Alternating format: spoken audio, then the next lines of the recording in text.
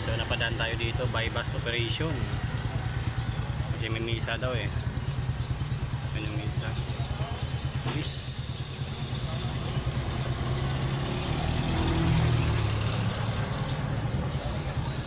Baka bawal tayo mag video dyan eh. Bypass operation sa Sibalom.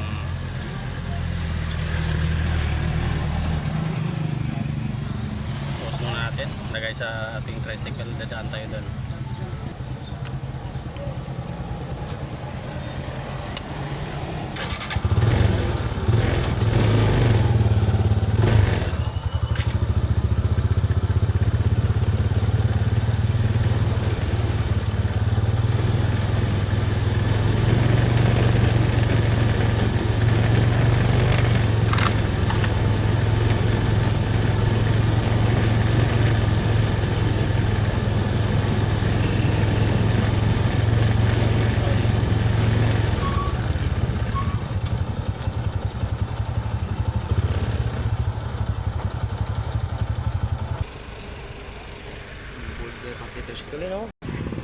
Hindi tayo naka-video guys kasi tinanong kong pulis, hindi bawal pala mag-video.